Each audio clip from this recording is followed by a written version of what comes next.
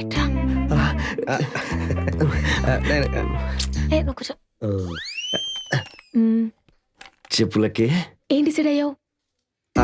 నువ్వు చెప్పిన మాటలు విన్న తర్వాత నాకు కూడా ట్రై చేయాలనుంది.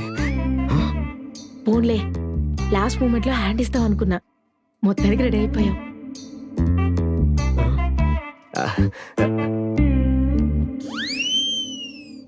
నాకు కూడా ఈ కోరిక చాలా కాలం నుంచి ఉంది. అది నీతో నెరవేరుతున్నందుకు చాలా హ్యాపీగా ఉంది.